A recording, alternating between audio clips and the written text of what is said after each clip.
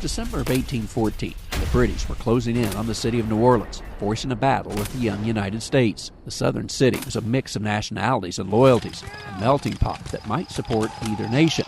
That was the challenge facing the now famous general when he arrived to defend the local citizens. Andrew Jackson gave this impassioned speech on Jackson Square, asking the citizens of New Orleans to let go of their cultural differences and unite in a national emergency. And to his surprise, and to the governor's surprise, they did. Jackson assembled a truly multicultural force. Free men of color made up a third of the city's population and were a vital part of his group, along with those of a variety of other backgrounds. He reached out to Choctaw Indians who had fought with him in other battles during the Creek Wars and the War of 1812, and they joined forces with him. He reached out to the French and Spanish in the city of New Orleans and a large Irish contingent, and he also brought in Jean Lafitte and the Baratarian pirates. As 1814 turned to 1815, the British assembled south of the city, preparing for an attack. But if not for a teacher named Jimmy Driftwood, the average American would perhaps know little about the battle that took place here. In 1936, Driftwood wrote a song about the event to help his students learn more about it. Johnny Horton later recorded it into a hit. In 1814, we took a little trip at Chalmette Plantation, just outside the city.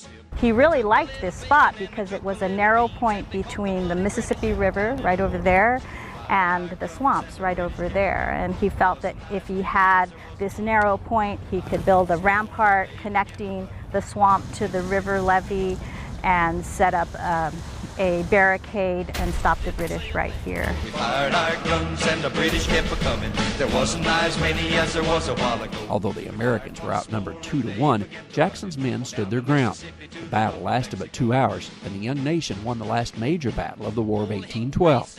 Jimmy Horton's song hit #1 in 1959. The details of the battle, put to music, are still catchy lyrics today.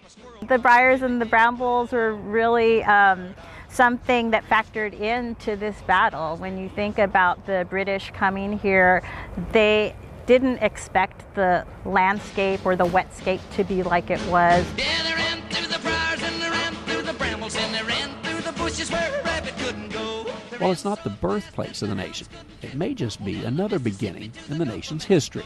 A lot of historians feel that this is the location of the birthplace of the American identity because of the way that the American forces came together and defended the city of New Orleans.